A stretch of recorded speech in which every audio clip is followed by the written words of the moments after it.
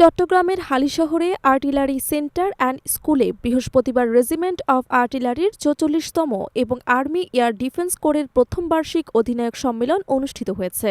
এতে প্রধান অতিথি হিসেবে উপস্থিত ছিলেন সেনাবাহিনীর প্রধান জেনারেল এস.এম. শফিউদ্দিন আহমেদ ওয়াকারুজ্জামান।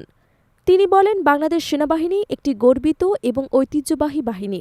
আধুনিক প্রযুক্তি, বাস্তবভিত্তিক প্রশিক্ষণ এবং পেশাদার দক্ষতার মাধ্যমে বাহিনীকে আরও শক্তিশালী করতে হবে, যাতে একবিংশ শতাব্দীর চ্যালেঞ্জগুলো আত্মবিশ্বাসের সঙ্গে মোকাবিলা করা যায়।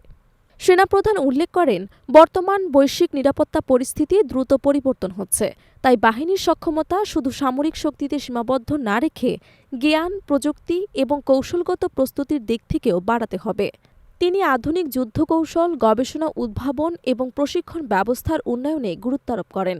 অনুষ্ঠানে সেনাপ্রধান উভয় কোরের কর্মকর্তাদের উদ্দেশ্যে দিক নির্দেশনামূলক বক্তব্য দেন এবং তাদের গৌরবোজ্জ্বল ঐতিহ্য এবং জাতির সেবায় অবদানের কথা স্মরণ করেন। পরে তিনি কর্মকর্তাদের সঙ্গে মতবিনিময় করে প্রযুক্তিগত উন্নয়ন এবং ভবিষ্যৎ পরিকল্পনা নিয়ে নির্দেশনা প্রদান করেন। সম্মেলনে GOC, army training and doctrine command, immigration এবং পাসপোর্ট অধিদপ্তরের মহাপরিচালক, জিওসি ১৭ এবং ২৪ পদাতিক ডিভিশনের commander, master general of ordnance, বিপজা চেয়ারম্যান সহ সেনা সদরের ঊর্ধ্বতন কর্মকর্তারা উপস্থিত ছিলেন। অনুষ্ঠানে আর্টিলারি এবং এয়ার ডিফেন্স ব্রিগেডের কমান্ডার, বিভিন্ন ইউনিটের অধিনায়ক এবং গণমাধ্যম প্রতিনিধিরাও অংশগ্রহণ করেন।